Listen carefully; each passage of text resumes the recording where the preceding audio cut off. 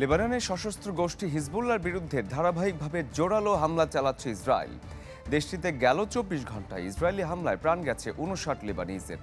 এদিকে দক্ষিণাঞ্চলে এ নিয়ে ১৪ জন প্যারামেডিককে হত্যা করেছে ইসরায়েলি বাহিনী। হামলার নিন্দা জানিয়েছেন বিশ্ব স্বাস্থ্য সংস্থার প্রধান তেদ্রোস আধানম গেব্রেয়াসুস। ধোঁয়াচ্ছন্ন রাতের আকাশ, চারিদিকে নীরবতা, কোথাও কেউ নেই, এ যেন মৃত্যুপুরী। ইসরায়েলি হামলায় যেন যমদূত নেমে এসেছে লেবাননে। দেশটির স্বাস্থ্য মন্ত্রণালয় জানিয়েছে, লেবাননের বিভিন্ন স্থানে জায়নবাদীদের হামলায় একদিনে প্রাণ গেছে অর্ধশতাধিক, আহতের সংখ্যা ২০০ ছুঁই।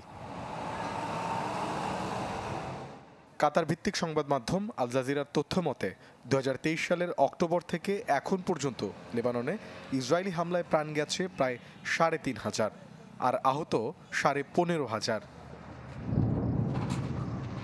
লেবাননের দক্ষিণে ইসরায়েলি বিমান হামলায় ১২ জন প্যারামেডিক নিহত হওয়ার ঘটনায় শোক জানিয়েছেন বিশ্ব স্বাস্থ্য সংস্থার মহাপরিচালক তেদ্রোস আধানম গেব্রিয়াসুস। সামাজিক যোগাযোগ মাধ্যম এক্স বার্তায় তিনি জানান, সংঘাতের সময় স্বাস্থ্যসেবা কেন্দ্রে হামলা এখন নতুন স্বাভাবিক ঘটনা হয়ে দাঁড়িয়েছে, এটা বন্ধ করতে হবে। স্বাস্থ্যসেবার সঙ্গে সরাসরি জড়িত এসব ব্যক্তিদের নিহত হওয়ার ঘটনায় শোক জানিয়েছে লেবাননের স্বাস্থ্য মন্ত্রণালয়ও। উদ্ধারকর্মীদের উপর এমন হামলার ঘটনা নজিরবিহীন বলে সামাজিক যোগাযোগ মাধ্যম এক্সের পোস্টে উল্লেখ করেন তারা।